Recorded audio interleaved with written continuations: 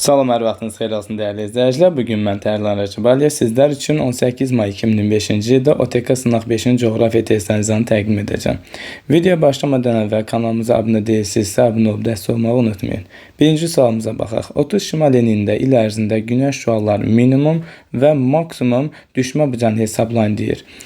Əvvəla düşmə bucağının düsturunu xatırlayaq. 90 çıxılsın, enlik plus minus zenit. Əks yarımküre olanda toplayırdıq. Məntəqənin enliyi ilə zenit enlik eyni yarımküre olanda çıxırdıq. Məntəqəmiz 30 şimal enliyindədir və mülayim işıqlanma quşağına uyğun gəlir. Mülayim işıqlanma quşağında minimum düşmə bucağı tapmaq üçün zeniti əks yarımkürədəki tropik qəbul edəcəksiniz. Maksimum düşmə bucağı tapanda isə yaxın tropiki, yəni eyni yarımkürədəki tropiki zenit qəbul edirsiniz. Dediyimizi tətbiq edək. Beləliklə 90 çıxılsın, enlik, məsələn şərtində 30 şimal enliyi təqdim edib. Mən də burada A şəklində qeyd etmişəm. 30. Bu arada minimum düşmə bucağı tapmaq üçün zeniti cənubdakı tropik qəbul edəcəyiz. Yəni əks yarımkürədə uzaqdakını. 23,5. Biri şimaldır, biri cənubdur. Əks yarımkürədə toplayırdıq enlik fərqini tapanda. Bu da edir mörtəzədə 53,5, 90-dan çıxanda edəcək 36,5 dərəcə. Minimum düşmə bucağın 36,5 olduğunu təyin etdik. 36,5 qeyd elədik. İndi isə maksimum düşmə bucağı gedişata uyğun həll edək. 90 çıxılsın. Məntəqəmizin enliyi sualın şərtini gördüyünüz kimi 30 dərəcə idi. Yenə də qeyd edirik. Maksimum tapanda zeniti yaxın tropik qəbul edirsiniz. Yəni 22 gündəki şimal tropiki. 23,5 şimal. Hər ikisi şimalda olduğuna görə aradakı enlik fərqi çıxaraq tapacaqsınız. Cəmi 6,5 eləyir. 90-dan da 6,5 çıxsaz 83,5 eləyəcək. Beləliklə maksimum düşmə bucağı da 83,5 elədi. Buna uyğun D doğrudur.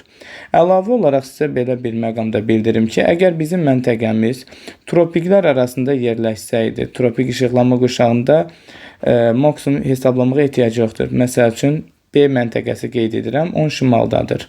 Özümüzdən qeyd edək, praktik olaraq öyrənək. Bu zaman B məntəqəsi üçün siz qısaca yazıram. Maksimum düşmə bucağını hesablamırsınız. Elə 90 dərəcə yazacaqdınız. Çünki tropiklər arasında ildə 2 dəfə 90 düşürdü. Ancaq minimumu bizim qaydaya uyğun hesablayacaqsınız.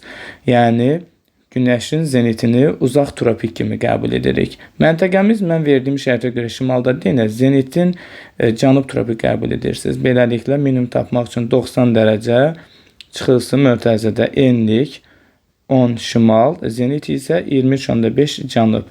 Biri şimal, biri cənub olsa toplayırsınız, eləyir 33,5, 90-dan çıxanda elə 56,5 eləyəcək.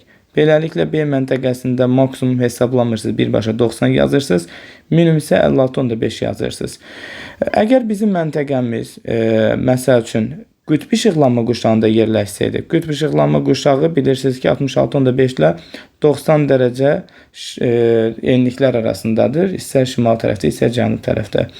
Məntəqəmiz özümüzdən qeyd edək. Məsəl üçün C məntəqəsi olsun. Üzr sayını düzgün yazaq. C məntəqəmiz 80 şimal enliyində olsun. Bu zaman C məntəqəsi üçün maksimum və minimum düşmə bucaqlarını hesablayaq. Əlbəttə, maksimum tapmaq üçün siz bilməlisiniz ki, qütb işıqlanmada hər zaman yaxın tropik zenit qəbul edilir. Məntəqə şimaldasa şimal tropik zenit olacaq. Yəni C məntəqəsi üçün maksimum düşmə bucağı tapaq. 90 dərəcə çıxılsın. Mörtəzədə enlik. Məntəqə C bilirsiniz ki, vermişəm 80 şimaldadır və yaxın tropik şimal tropikdir 23,5. Hər ikisi şimalda denə çıxırsınız. 80-dən bunu çıxanda nə qədər edəcək? 56,5 və 90-dan da 56,5 çıxsız edəcək 33,5. Bizim C məntəqəsində deməli maksimum düşmə bucağı nə qədər elədi? 33,5. Verilən şərtə görə minimum düşmə bucağında tapılmasını qeyd edək. Burada isə minimum düşmə bucağı tapmağa ehtiyac yoxdur. Yadda saxlayın ki 66,5 dərəcə 66,5 dərəcədən 90'lara qədər olan ərazilərdə il ərzində müəyyən müddətlik qütb gecələri müşahidə edilir. Bu zaman Günəş üfüqdə görünmür, düşmə bucaqda 0 şərtində qəbul edilir. Beləliklə, tropik işıqlanmada yerləşsəydi məntəqəmiz, bayaq qeyd etdim, maksimum hesablanmırdı. Bu zaman maksimum 90 qəbul edirik. Qütb işıqlanmada yerləşən məntəqələrdə isə minimum hesablanmırsınız, birbaşa 0 yazırsınız. Amma gördüyünüz kimi məntəqə əgər mülayim işıqlanma quşağındadırsa, bu zaman həm minimum, həm də maksimumu hesablayırıq. Qaydamız da belədir. Minimum tapanda zeniti uzaq tropik qəbul edirik, yəni əks yarımkürədə. Maksimum hesablayanda zeniti yaxın tropik, yəni eyni yarımkürədəki tropiki qəbul edirsiniz. Məntəqədən çıxaraq tapacaqsınız və bu şəkildə həll edirsiniz. Bozdağ silsiləsində və Acınahur alçaq dağında yerləşən qoruqlar müvafiq olaraq müəyyən edildir. Bozdağ Mingəçevirin altındakı silsilədir. Hansı ki, Bozdağın ərazisində qeyd edəcəksiniz ki, Goranboy inzibati rayon ərazisində Körçay qoruğu yerləşir. Biz bunu D və C variantında görə bilərik. Qeyd edək, Körçay. Körçayda da elə xüsusilə də Bozdağ landşaftı qorunur. Acınahur düzündə isə xüsusilə də bu ərazidə Türyançay qoruğu yerləşir. Buna uyğun isə C variantını görə bilərik. Doğru cavab C-dir. Türyançay qoruğunda isə saqqız ağacı və ardıc ağacından ibarət arid meşə landşaftı mühafizə edilir. Xəritə sxemdə ştrixlənmiş ərazilərdə formalaşan təbii zonanı bizdən istəyir. Biraz daha yaxından ştrixlənmiş ərazilərlə isə tanış edək. Bu ərazi eyni zamanda Atlantik sahili, bu hissələr, Afrikanın bu ərazilərini görürsünüz. Eyni zamanda Asiyanın şərqində və Avstraliyanın şərqində görə bilərsiniz. Təqdim edilən təbii zonanın hansı təbii zona olduğunu isə xəritəmizdə diqqət edək. Gördüyünüz kimi bu rəng tonu elə bizim daha yaxından sizlərə göstərim. Dəyişkən rütubətli, o cümlədən musson meşələri təbii zonasına uyğun gəlir. Avstraliyanın şərqində də görə bilərsiniz. Bu rəng tonuna uyğun eyni zamanda Cənubi Amerikanın Atlantik sahilində, Afrikada bu ərazilərdə görə bilərsiniz. Həmçinin Şimali Amerikanın bu ərazilərində həmin təbii zonanı görə bilərik. Beləliklə, doğru cavabımız dəyişkən rütubətli meşələrdir. 34-cü testə baxırıq. Doğru ifadə müəyyən etmək tələb edilib. 1. Ümumdaxili məhsulun adam başına düşən həcmi əhalinin həyat səviyyəsini müəyyən etmək üçün əsas göstəricidir. Tamamilə doğrudur. Bəli, həqiqətən də belədir. İkinci ifadəyə baxaq. İnkişaf etmiş ölkələrdə ümumdaxili məhsulun strukturunda hasilat sənayesi və kənd təsərrüfatının payı daha çoxdur. Bu inkişaf etmiş yox, inkişaf etməkdə olan ölkələrin ümumdaxili məhsulun strukturundakı vəziyyətdir. O yüzden yanlışdır. İnkişaf etmiş ölkələrdə isə üdümün strukturunda daha çox sənaye içərisində hasilat yox, emal sənayesi və yaxud da ki, ümumən əhalinin əsas məşğuliyyəti inkişaf etmiş ölkələrdə xidmət sferası 3-cü sektor və yaxud da ki, informasiya sektoru olan 4-cü sektorun payı yüksəkdir. 2 yanlışdır. 2 olan variantları silə bilərsiniz. Eyni zamanda 1 doğru olduğuna görə B də yanlışdır. 2 olduğuna görə C də yanlışdır. Bir variantınız qalır, Y doğrudur. Davam edək. 3-də ümumdaxili məhsulun vahid valyuta, yəni ABŞ dolları ilə ölçülür. Tamamilə doğrudur və eyni zamanda da ölkədə valyuta məzənnəsi nəzərə almaqla bu aparılır. 3 doğrudur. 4 də baxaq görək nə yazıb.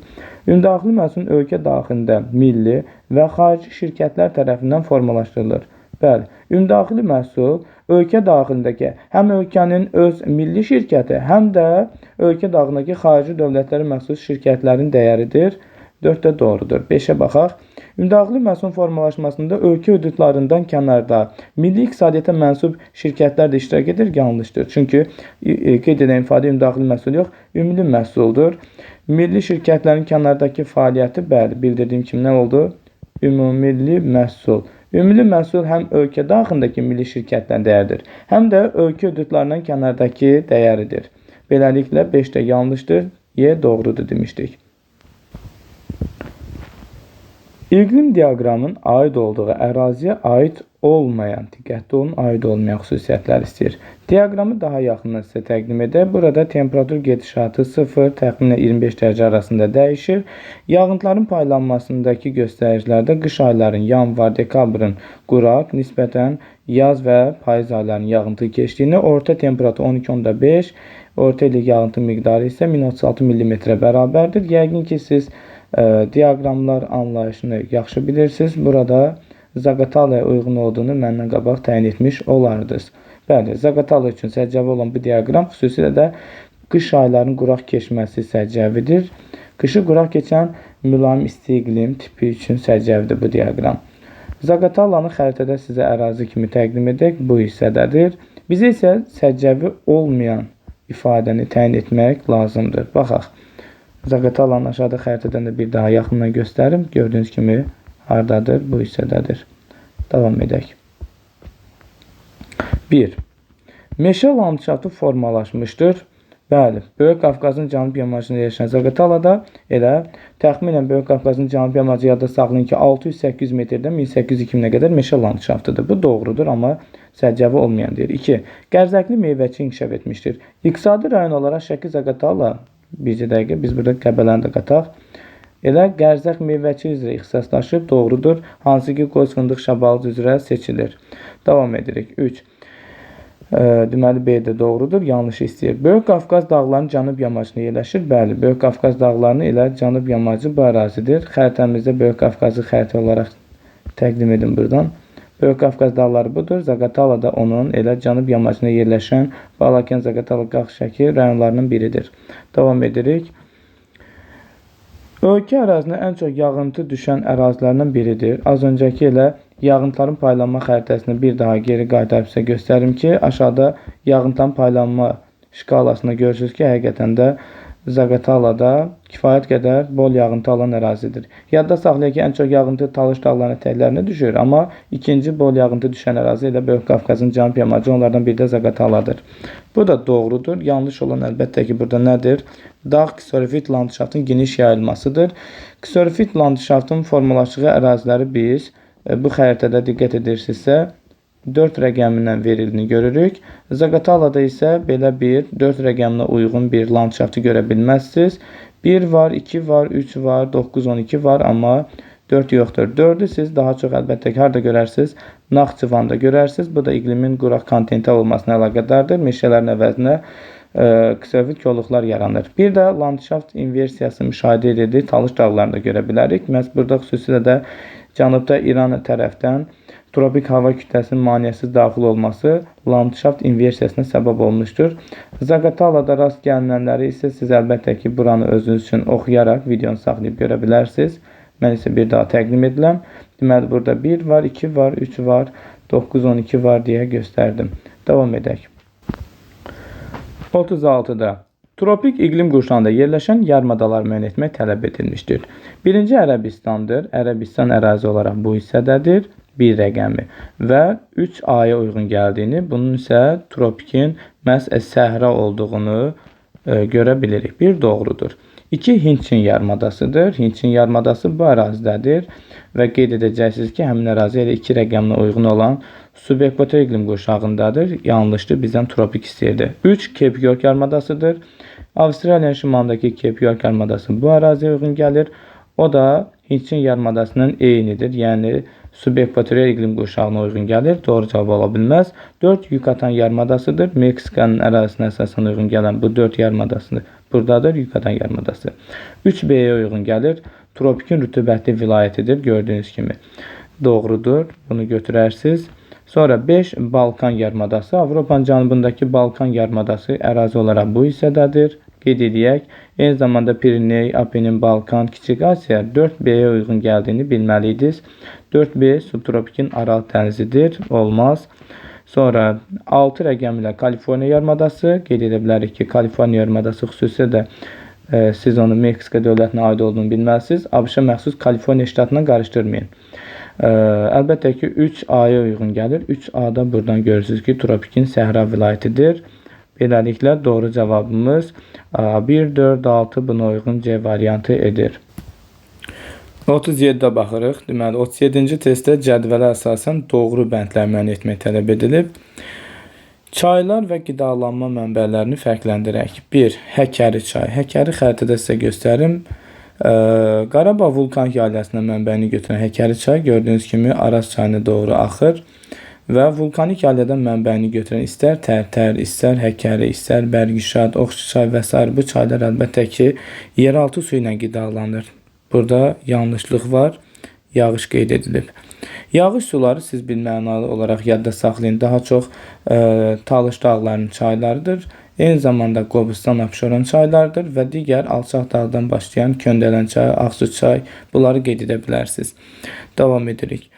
2. Viləş çay. Viləş çay yağış doğrudur. Gəlin Viləş çayının olduğu əraziyə baxaq. Talış dağlarından mənbəyini götürür və Xəzərə tökülən Viləş çay gördüyünüz kimi bayaq da bildirdim. Yağış sularına qidalanır, doğrudur. 3. Qanıq çayı yeraltı su ilə qidalanır, doğru təqdim edilib. Qanıq çayı gördüyünüz kimi tranzit çay olaraq Gürcüstandan gəlir və ölkəmizdə sərhəd boyunca axaraq Mingəçevir su anbarına tökülür və qidalanmasında yeraltı suların payı böyükdür, doğrudur.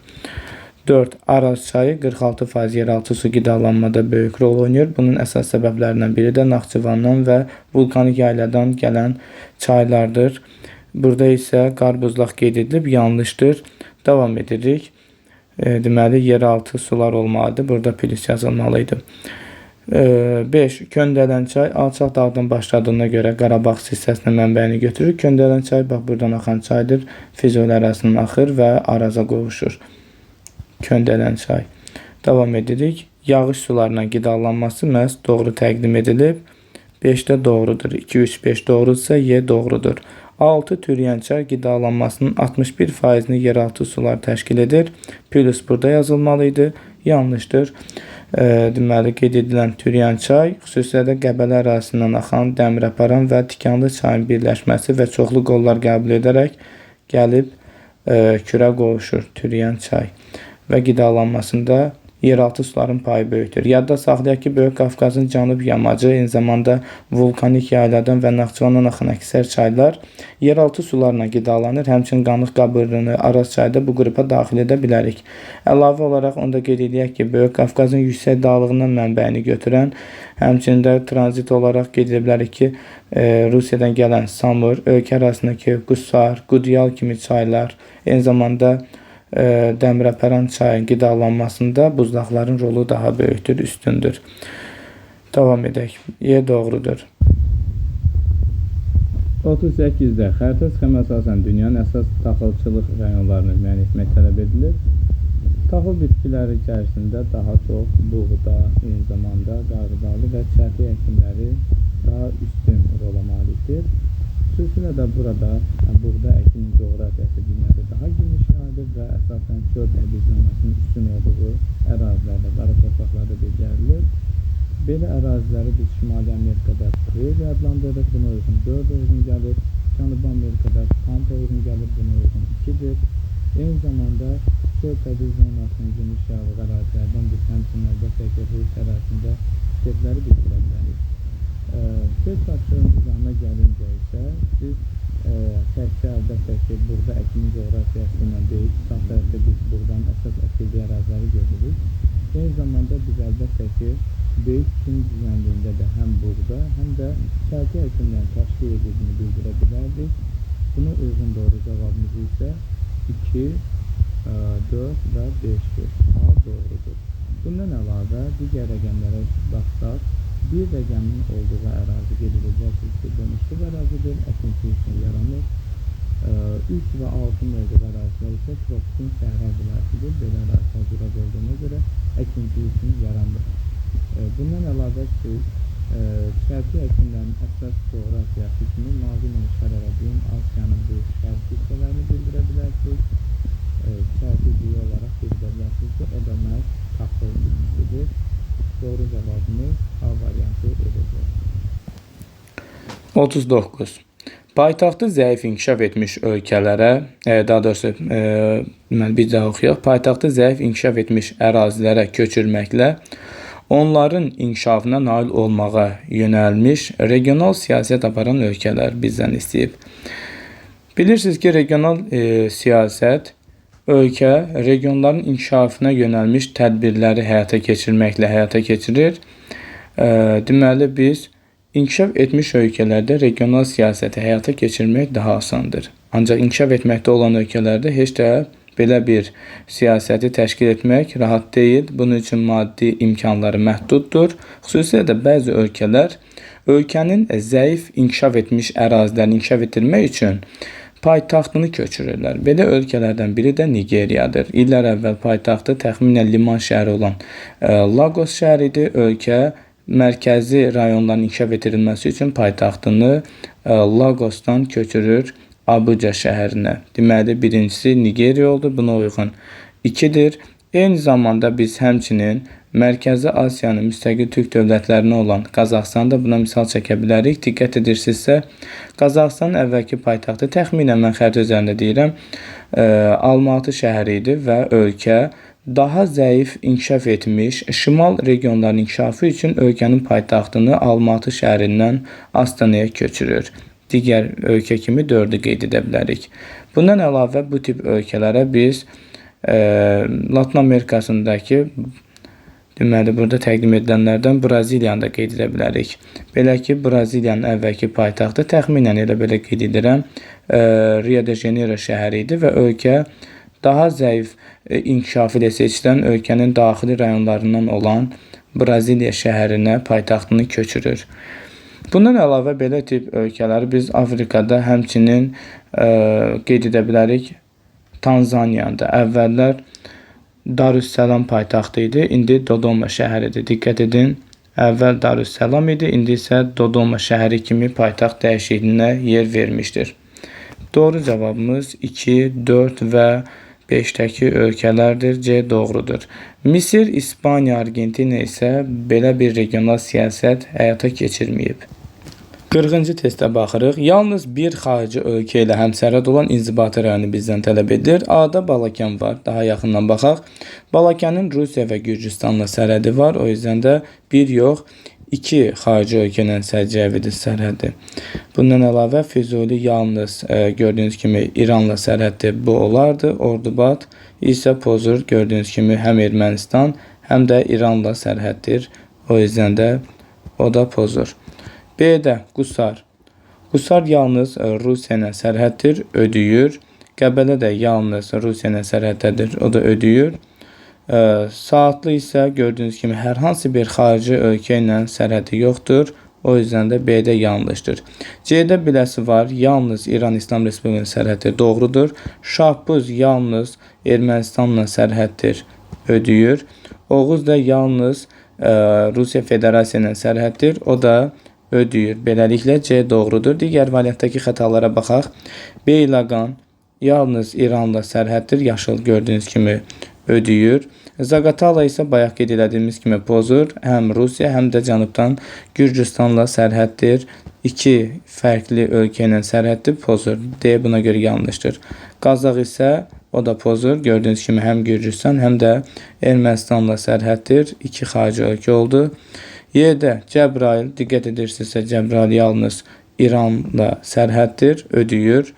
Ağstafa isə Pozur, çünki o həm Gürcüstan, həm də Ermənistanla sərhəddir, yaşılla görünən ərazidir. 2 xarici ölkədir, buna görə səhvdir. Qazax, daha doğrusu Qax da Pozur, çünki o da Rusiya və Gürcüstanla sərhəddədir. 2 xarici ölkə oldu. Doğru cavab C variantı. 41-ci testə baxaq. Kiçik Qafqaz tektonik qalxma zonasına aid zirvəni və onun yerləşdiyi silsilənin doğru verildiyi bəndi bizdən müəyyən etmək tələb edilib. Əvvəla Kiçik Qafqaz tektonik qalxma zonasını 4 rəqəmlə görürsünüz. Həm Kiçik Qafqaz vilayətində, həm Naxçıvan Orta Araz vilayətində, həm də Talış dağlarında, yəni Lənkəran vilayətində biz bu tektonik zonanın oroqrafi vahidlərini görə bilərik. A variantında yarı dağ təqdim edilib. Yarı dağ Kiçik Qafqazda deyil. Yarı dağ bilməlisiniz ki, Böyük Qafqazda yan silsilədədir. 4116 metr hündürlüyü var və qeyd edəcəksiniz ki, bu ola bilməz. Davam edirik. Bir daha deyək. Yarı dağ Böyük Qafqaz dağlarında Böyük Qafqaz tektonik qalxmasındadır. Yan silsilədədir. 4116 metr hündürlüyündədir. Davam edirik. B-də Qapıcıq təqdim edilib. Qapıcıq zirvəsi həqiqətən də gördüyünüz kimi Kiçik Qafqaz tektonik qalxmasına uyğun gəlir. Ancaq silsiləsi yanlış verib. Dərəliyəz bu hissədədir. Ancaq burada Zəngəzur silsiləsi olmalıydı. B buna görə yanlışdır. C-də Qazangöl dağ. Qazangöl dağ da o da 3829 olaraq Zəngəzur silsiləsindədir. Qarabağ silsiləsi yazıb yanlışdır. Buna görə yanlışdır. Amma tektonik zona olaraq Qazangöl dağ elə Kiçik Qafqaz tektonik qalxmasına uyğun gəlir. Hinal dağ Murov dağ silsiləsindədir. Doğrudur. Hinal dağ gördüyünüz kimi 3167 metr təqdim edilib və o Murovdağ hissəsindədir. Qeyd edə bilərsiniz ki, elə Murovdağ hissəsi də Kiçik Qafqaz tektonik qalxmasına uyğun gəlir. D doğrudur. Y-də Kömürköy zirvəsi təqdim edilib. Kömürköy bilirsiniz ki, Talış dağlarındakı ən hündür nöqtədir. 2493 metr hündürlüyü var. Ancaq burada Buravar təqdim edilib. Buravar isə yanlışdır. Talış qeyd edilməli idi. Buna görə yanlışdır. Ancaq Kömürköy özdə Kiçik Qafqaz tektonik qalxmasına uyğun gəlir. 42-ci testə baxırıq. Uzunluğu 2200 kilometr olan və çayın meyli 0.4 metr bölü kilometr olarsa, çayın mənbəyi ilə mənsəbi arasındakı hündürlük fərqini hesablayın. Mənbə ilə mənsəb arasındakı hündürlük fərqi ilə düşmə deməkdir.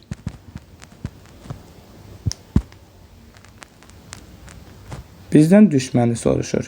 Əvvəla meyliyin düsturunu xatırlayaq. Meyliyi çarpmaq üçün biz düşməni uzunluğa bölürdük. Verilənləri yerinə qoyaq.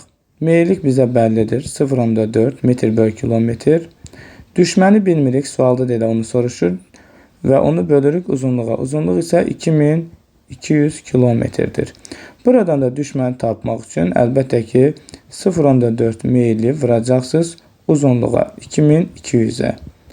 Burada əlbəttə ki 0.4'ün bu 0 gedər. Buradan da 0 gedər. Deməli 4'ü 220'yə vuracaqsınız. Eləyəcək 880 metr. Beləliklə doğru cavab C variantı. 43. Tepuilər, yəni masavari dağlar səciyyəvi relyef formasıdır. Hansı ərazidə olduğunu bizdən soruşur. Əlbəttə ki siz bilməlisiniz ki, Cənubi Amerikada Gviana yaylasında, xüsusilə də ən çox da Venezuela dövlətinin ərazisində fiziki kimyəvi aşınma nəticəsi olan hündürlüyü 800-1800 metrə çatan masaya bənzər dağlar əlbəttə ki Y variantı olacaq. Bundan əlavə Brazil yaylasında isə biz Kəllə qəndi görə bilərik. Kəllə qənd. Hətta Rio de Janeiro şəhərində Kəllə qəndin zirvəsi 300 metrə qədər olan hündürlüyə kanat xətti də çəkilib. Bu da turistlərin diqqətini xüsusi cəlb edir. Euler-Venn diaqramına əsasən uyğun vəhdləri müəyyən edin. Qazaxıstan, Türkmənistan. Qazaxıstanı görürsünüz və Türkmənistanı burada görə bilirsiniz. 1.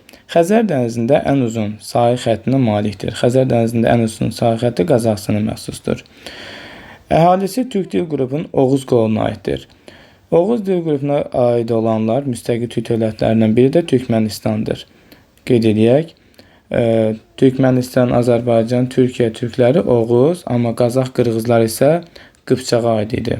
Özbəklər isə Uyğurlara aid idi. Yadda saxlayın bunları. Davam edək. Neft təbii qaz ehtiyatına malik olan hər ikisidir. Onu da qeyd edək ki, Qazaxıstan, Türkmənistanda daha çox qurudadır neft qaz ehtiyatı. Ölkəmizdə isə Xəzərin şerifindədir. 3. Ortaqdır. 4. Çöl meşə çöl təbii zonası, xüsusilə də Qazaxıstanın şimal hissəsində bu təbii zonanı görə bilərik. Münbit məhsuldar qara torpaqlar taxılçılığın inkişafı üçün əlverişlidir. Davam edək. Qaraqum səhrası isə xüsusilə də bu hissələrdə Turan ovalında görə bilərik. Türkmənistan, Özbəkistan dövlətinin ərazisinə uyğun gəlir və o ifadəni biz qeyd elədik Türkmənistana. Kontinental iqlim şəraitinə malikdir. Mərkəzi Asiya regionunda yerləşən ölkələr kontinental sərt təbiətə iqlimə malikdir. Az yağıntı, amplitudanın, temperatur amplitudanın, illik gedişatının çox olması səciyyəvidir. Doğru cavab 1'ə 4, 2'ə deməli 1'ə 1, 4, 2'ə 2, 5, 3'ə isə 3, 6 uyğundur. Y doğrudur. 45'ə baxaq. A və B məntəqələri arasındakı məsafə, A ilə B-ni görürük burada. ilə deməli A ilə C məntəqələri arasındakı məsafənin fərqini hesablayın. A buradadır, C də buradadır. Nəzərə alın ki 10 dərəcəlik paralel üzrə 1 dərəcə göz 109,6-dır. 10 dərəcə paralel burada A ilə B-nin yerləşdiyi paraleldir. İlk əvvəl biz daha həqiqi məsafəsi uzun olan AC meridian üzərində olan məsafəni hesablayaq. A ilə C arasındakı məsafəyə baxaq. Bunun üçün aradakı enlik fərqinə baxaq. A 10 şimal enliyindədir. C isə 20 cənub enliyindədir. Aradakı əlbəttə ki enlik fərqi toplayacaqsınız 30 dərəcə eləyir. və AC arasındakı məsafəni tapmaq üçün 30-u vuracaqsınız. 1 dərəcə meridyanda 111 kilometr olur. Bu da 3330 kilometr edir. İndi isə müvafiq olaraq deməli A ilə B arasındakı məsafəyə baxaq. A ilə B. Burada A 160 dərəcə şərq uzunluğundadır. B isə 180 sağıdır deyənə müvafiq olaraq 170 qərb uzunluğudur. A-dan B-yə gedəndə biz 20 dərəcəni 180-ə qədər, müvafiq olaraq 180-ə 170-ə qədər də 10 dərəcə gedəcək. Toplam burada 30 dərəcə getmiş oluruq. Və bu 30 dərəcəni də siz əlbəttə ki 1 dərəcənin qiymətinə vurmalısınız. Belə ki 10 dərəcəlik paraleldə 1 dərəcə özü bizə verib 109,6-dır. 109,6. Bu da eləyəcək 3288 kilometr. Sonda əlbəttə ki bizdən fərqini istəyir. Böyükdən kiçiyi çıxarsınız. 3330-dan çıxarıq. Daha doğrusu 3200 idi. 3288-i. Bu da eləyəcək 42 kilometr.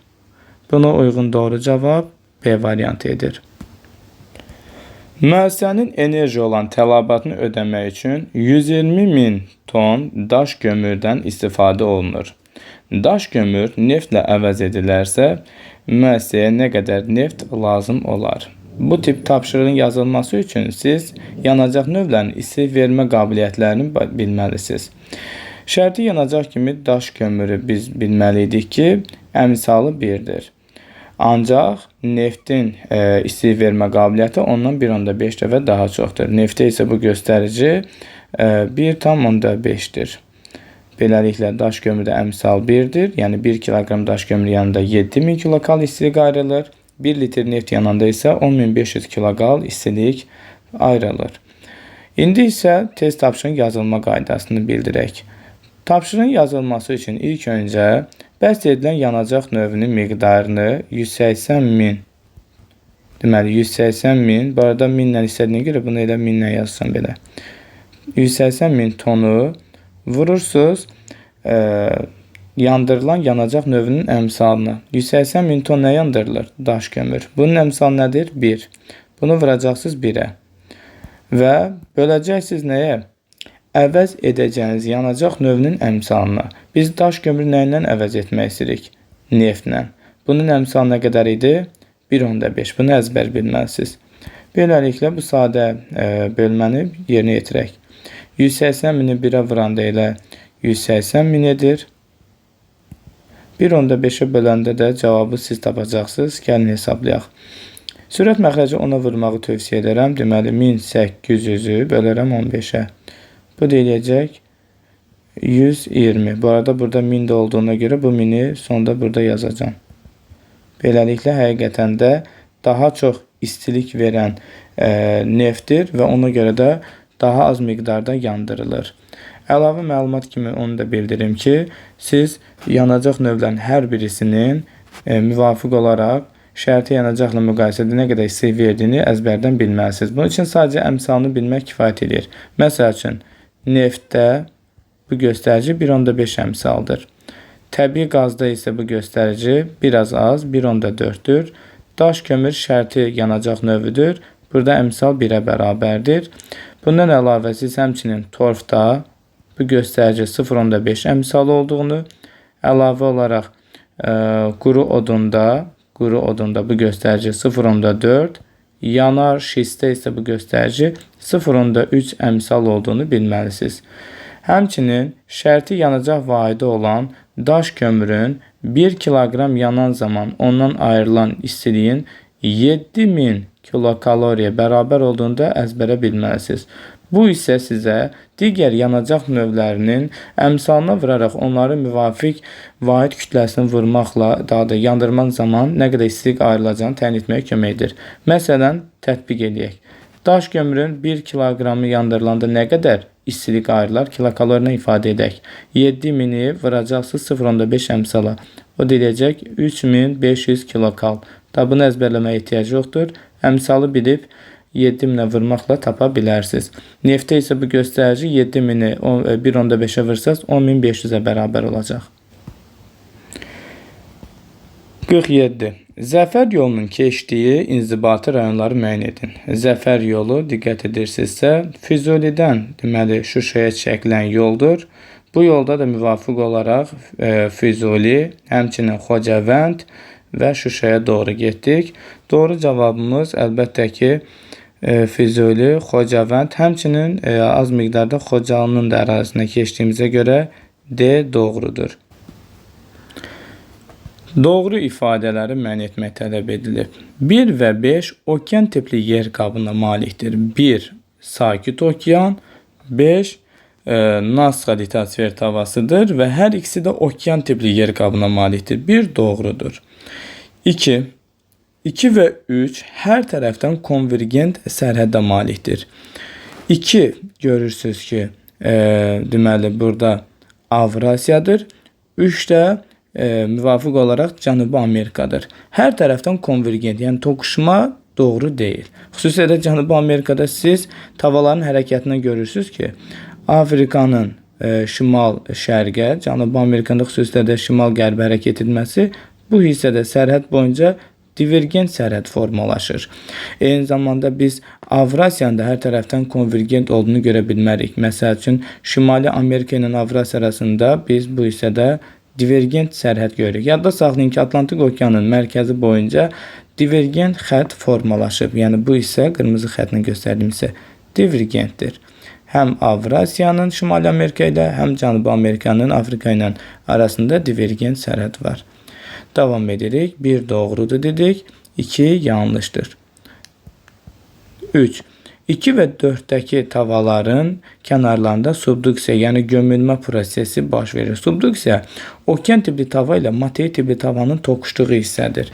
2 ilə 4, 2 gördüyünüz kimi bayaq bildirdik Avrasiya idi. 4 isə Afrikadır. Müvafiq olaraq deyir ki, kənarlarında subduksiya prosesi baş verir. Biz Avrasiyanın şərqində subduksiya hissəsini bu hissədə görə bilərik. Diqqət edirsinizsə, bu hissədə sakit okean tavasının Avrasiyanın toqquşduğunu görürük. Kamçatkanın davamı Kuril adaları və yaxud da ki, digər şərq hissədə burada yenə də subduksiya zonasını görə bilərik. Qoyusvari adalar və ona paralel novlar yaranır. Amma Afrikanın kənarında hər hansı bir okean və materikin toqquşma hissəsini görə bilmədiyimizə görə bu 4 üçün həmin ifadə səciyyəvi deyil. Davam edirik. 4-cüyə baxırıq. Bu da 5-cidir bu arada. 4 və 6 cavan platformalardan ibarətdir. 4 və 6, 4 buradır. 6 da Hind-Avstraliya gördüyünüz kimi burada Avstraliya tavasıdır. Qeyd edilib ki, burada cavan platformalardan ibarətdir. Cavan platforma yadda saxlamaq lazımdır ki, deməli Turanovalığı və yaxud da ki, Qərbi Sibiri qeyd edə bilərsiniz. Yaşına görə paleozoerasında yaranan platforma sabit ərazilər cavan platforma adlanır. Avstraliyada ümumiyyətlə cavan platforma əlbəttə ki, ola bilməz.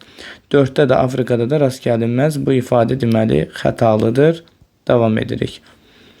5-də 3 və 4 həm okean, həm də materi tipli yer qabına malikdir. 3 Cənubi Amerika, 4 Afrikadır. Əlbəttə ki, qeyd edilən bu tavalar həm materik tipli yer qabına malikdir bu hissə, eyni zamanda okean tipli yer qabına da malikdir deyə qeyd edə bilərik. Afrikanın bu hissəsi materik, bu hissələr isə okean tipli yer qabığıdır.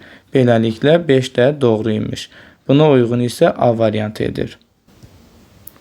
49. İntensiv yağışlar birinciyə və qarın əriməsi ikinci nəticəsində daşqınların baş verdiyi əraziləri xəritə sxeması əsasında qruplaşdırın.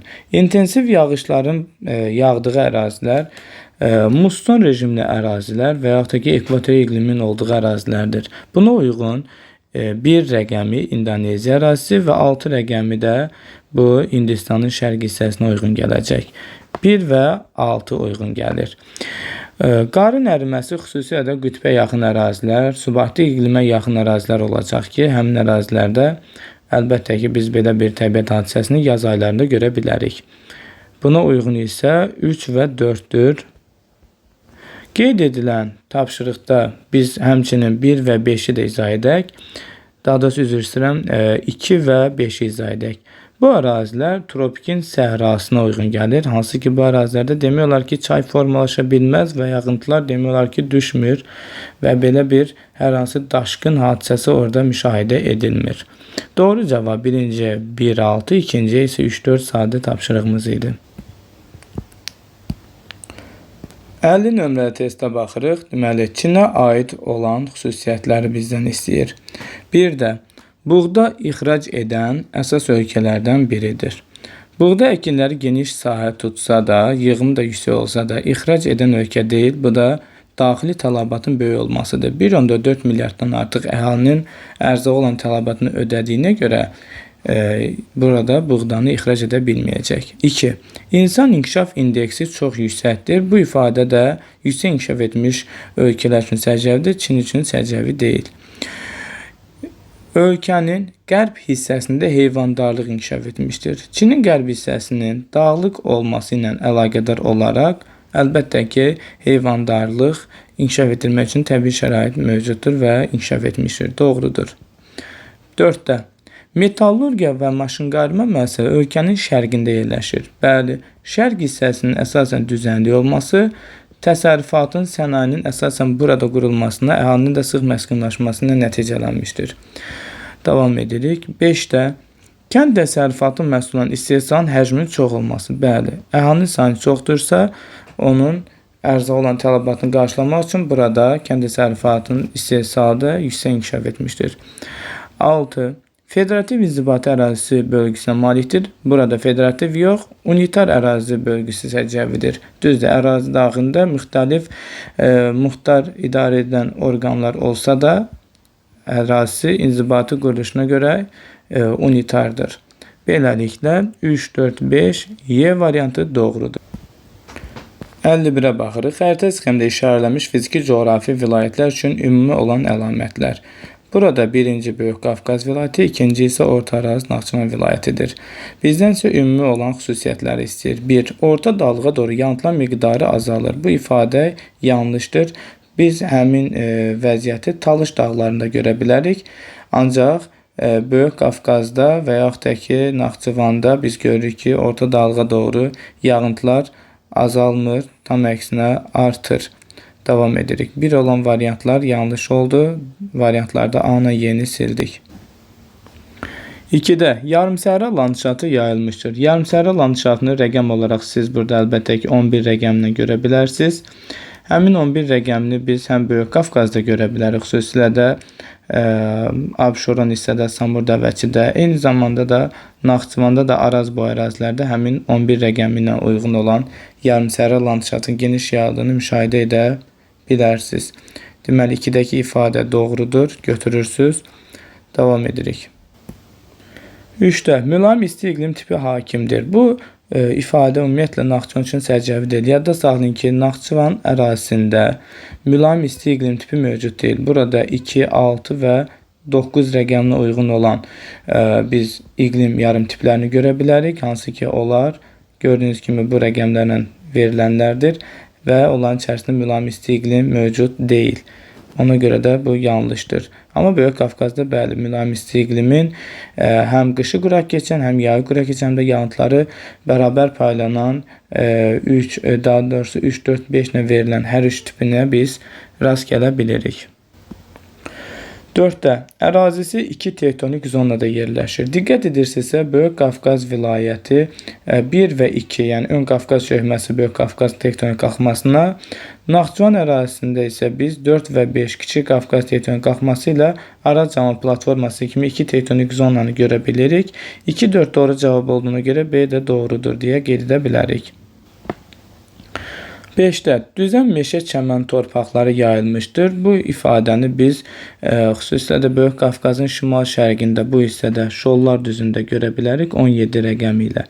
Diqqət edirsinizsə, çəmən meşə torpaqlarını biz Şollar düzündə gördük. Amma Naxçıvanda belə bir torpaq tipini görə bilmərik. Burada boz çəmən və yaxud da ki, açıq şabaldı. Eyni zamanda biz dağ çəmən torpaqlarını görə bilərik. Qismən də qəhvə torpaqlar mövcuddur. Beləliklə 5-dəki ifadə də yanlışdır. Doğru cavab B variantıdır. Yamayka, Saxalin və Sardiniya. Bu adaların sayılan yuyan dənizlər müvafiq ardıcıllığın bizdən istəyir. İlk öncə Yamaykanı mən qeyd edirəm sizlər üçün. Burada gördüyünüz adadır və onun sayılan yuyan dəniz Karib dənizidir. Variantda Kariblə başlamalıdır. Biz 3 variant arasında qalırıq. Davam edək. İkinci adamız Saxın adasıdır. Rusiya məxsus bu adanı biz burada görə bilərik. Saxın adasını isə Oxot dənizi yuyur. Oxot olan variantları saxlayırıq. Davam edək. B-C arasında qalırıq. Üçüncü adamız isə Avropadakı Sardiniya adasıdır. İtaliya məxsus diqqət edirsinizsə Sardiniya adası bu ərazidədir. Onun sayılarını bir neçə dəniz yuyur. Onlardan biri də varianta uyğun olaraq Aralıq dənizidir. Bu hissədə cənub hissədə yuyur. Tirren də Aralıq dənizinin içərisində dənizdir. Beləliklə C doğrudur. Qara dəniz isə müvafiq olaraq bilməlisiniz ki, bu ərazidə yerləşir. Onun ərazisini tanımalısınız. B-də gördüyünüz kimi yanlışdır. 53-də təqdim edilən paytaxtlarla tanış edək sizi. Qərbi Avropada yerləşən paytaxt şəhərləri soruşub. Varşava Polşanın paytaxtıdır və Qərbi Avropa yox, Şərqi Avropa aiddir. Buxarest Rumıniyanın paytaxtıdır, o da Şərqi Avropadır. Viyana Avstriyanın paytaxtıdır, ödəyir. Lissabon Portuqaliyanın paytaxtıdır, ödəyir. Kopenhagen Danimarkanın paytaxtıdır, o da ödəyir. Belqrad Serbiyanın paytaxtıdır, Şərqi Avropaya gedir. 3, 4 və 5 test tapşırığının doğru cavabıdır. 54-də Parana çayına aid olmayan əlamətlər bizdən istəyir. Parana çayı Braziliya ailəsindən mənbəyini götürür və qeyd edəcəksiniz ki, La Plata körfəzinə tökülür. Burada mənsəbində delta yaradır. Bu yanlış ifadədir. Aid olmayan budur. Çünki estuar yaradır La Plata körfəzi. Dekabr, yanvar, fevral aylarında bol su olur. Bilirsiniz ki, mənbəyi subekvatorial iqlim qurşağındadır və yayda bol su olur. Cənubda da yayları bu aylardır. Bu doğru ifadədir, götürmürsünüz. Orta aşağı xarında dəyişkən rütubətli meşələr zonasından keçir. Burada təqdim edilən ifadəni biz xəritədən göstərək sizə. Diqqət edin yoldaşlar.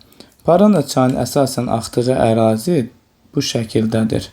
Və burada orta axarında subekvatorialın savannası, eyni zamanda aşağı axarda da isə subtropikdəki çöl təbii zonasını görürük. Və burada orta axarda dəyişkən rütubətli meşələr zonasına keçir, yanlışdır. Yanlış olduğuna görə biz onu təbii ki götürürdük. Sonra 4-də enerji alınmasında və balıqçılıqda geniş istifadə edilir. Bu doğru ifadədir, doğru deyəni götürmürük. 5-də nəqliyyat əhəmiyyəti böyükdür, doğrudur. Düzənlik ərazidən axdığına görə nəqliyyat əhəmiyyəti böyükdür. 6-da dünyanın ən böyük, daha doğrusu ən hündür şəlaləsi onun qollarından birinin üzərində yerləşir.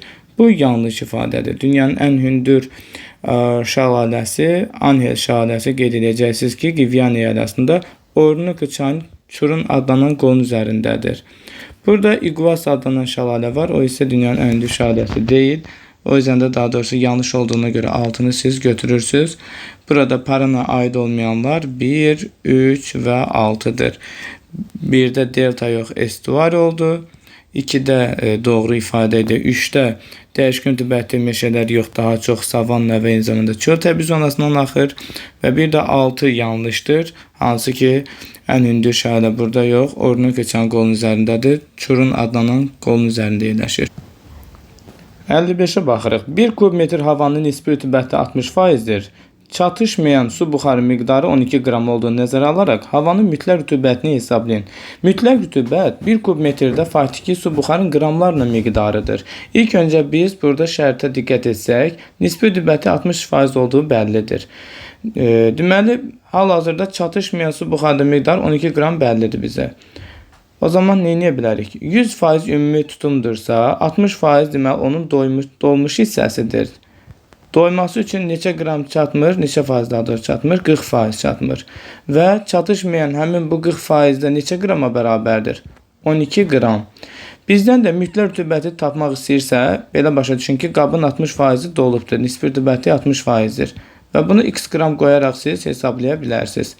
Beləliklə, buradan x-i tapmaq üçün 60'ı vurursunuz 12'ye, bölürsünüz 40'a.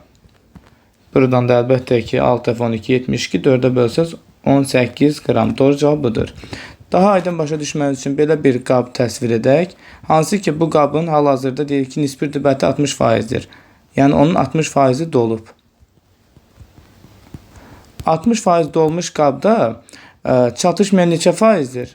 Dolması üçün əlbəttə ki 40% hələ çatışmır. Çünki ümumi qabın hər zaman tutumunu biz 100% kimi qəbul etməliyik.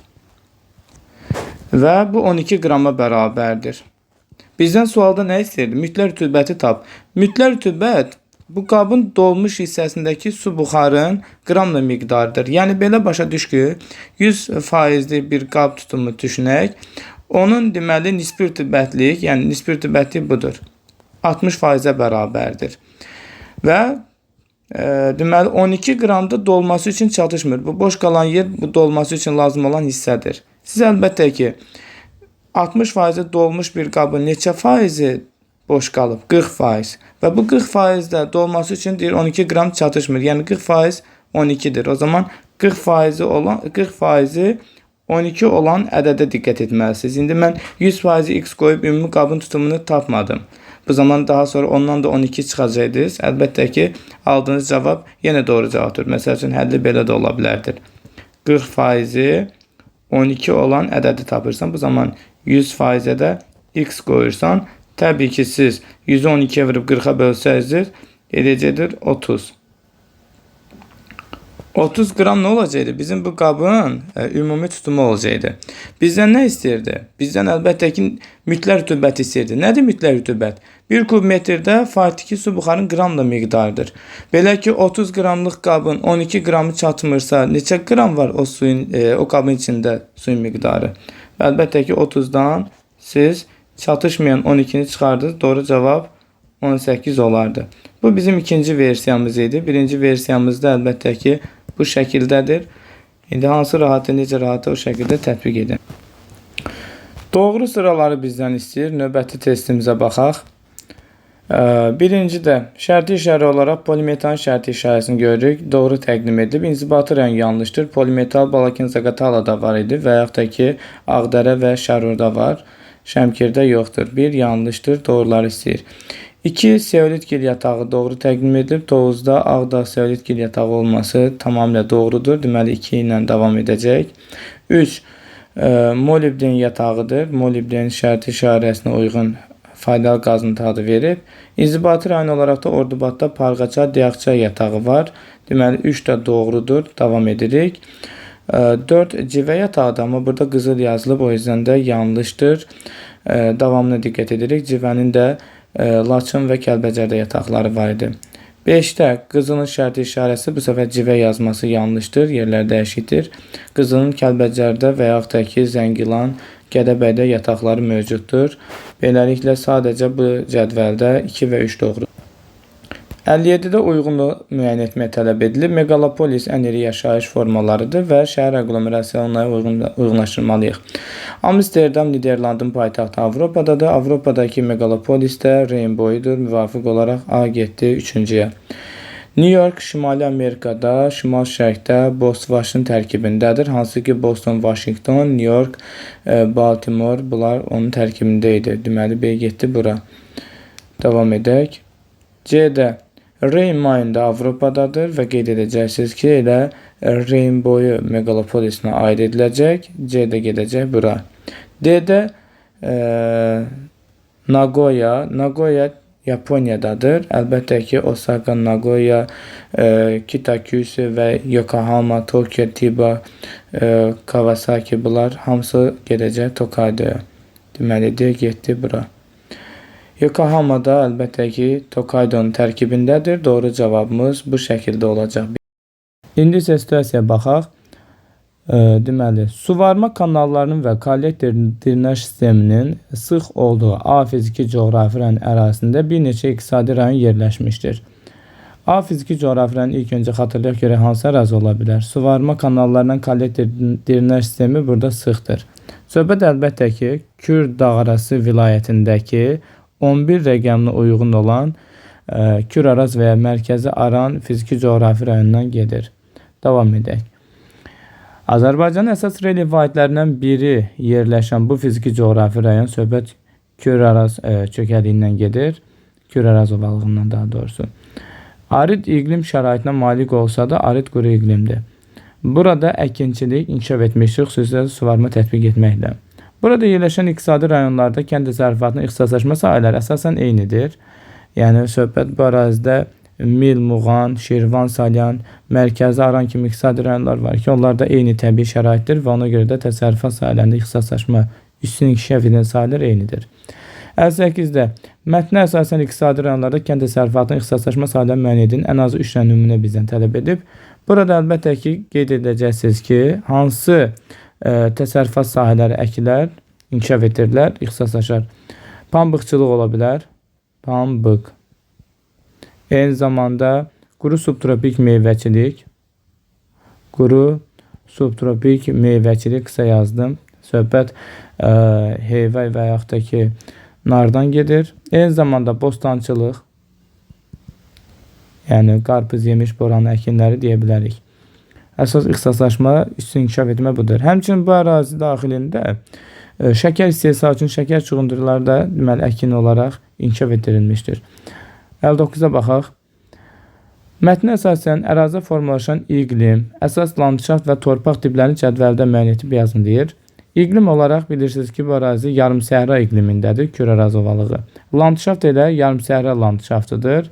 Həmçinin torpaq da yarımsəhralarda bilirsiniz ki, boz, xüsusilə də boz çəmən torpaqları formalaşacaq. Ən azı elə bir dənə yazmaq kifayət edirdi. Boz yazın geçsin.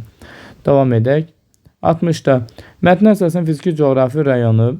Fiziki coğrafi rayon kimi qeyd edə bilərsiniz ki, birincidə Kür-Araz fiziki coğrafi rayon, buna Mərkəzi Aran da deyə bilərsiniz. İqtisadi rayonlar isə bu ərazi daxilində 3 dənə iqtisadi rayon biz qeyd edək. Misal üçün, burada Şirvan, Salyanı qeyd edə bilərik. Məsəl üçün, Şirvan, Salyan. Mil, Muğan. Mil, Muğan. Bir də Mərkəzi Aran da qeyd edə bilərsiniz. Yəni, bizim bu şərti ödəyən digər Mərkəzi Aran da var. Mərkəzi Aran. Deməli, bu iqtisadi rayonlar məhz bəhs edilən ifadələr üçün uyğun gələn, belə deyək, iqtisadi rayonlarımızdır. Belə. Ümid edirəm bugünkü geniş izahımız da sizlər üçün imtahan qabağı faydalı oldu.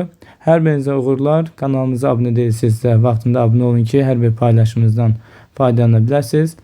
Təklifləriniz, fikirləriniz üçün də rəylər bölməsində qeydlərinizi aparın. Diqqətlə baxıb növbəti video izahlarda nəzərə alacağım.